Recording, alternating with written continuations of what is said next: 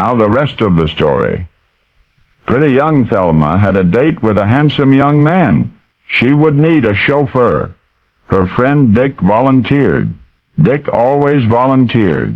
Even if it meant driving all the way to Los Angeles and back, Dick would eagerly escort pretty Thelma to and from her date. Sometimes it was the only way he could be close to her. Well, you see, Dick was madly, impetuously, hopelessly in love with Thelma Marion, and not even her interest in other men could discourage his ardent feelings. They had met at a community theater tryout for a play called Asterisk, The Dark Tower Asterisk. Both of them were selected to act in it. Dick fell in love the moment he laid eyes on the slender, lively lady with the red golden hair. He offered to drive Thelma home that very night. And more remarkable still, he promptly informed her that someday they would be married. "That's right, on the first date," he said. "Someday we will be married." Thelma was aghast and told her roommates as much when she got back to the apartment. Thank goodness that was over, she must have thought. But it was only the beginning. Dick would not leave Thelma alone. That wasn't to say Dick was a bad sort.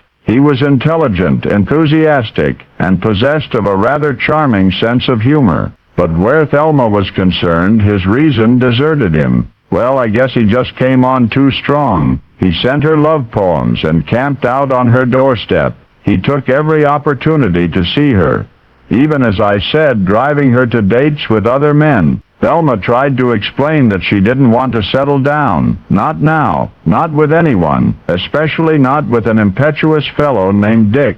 She enjoyed her high school teaching job. She enjoyed her unencumbered lifestyle and the opportunity to travel that summers afforded her. To put it very plainly, Thelma Ryan liked her freedom. She was not about to compromise that for the sake of this lovesick young man. But Dick persisted. And I mean he persisted for months and then for years.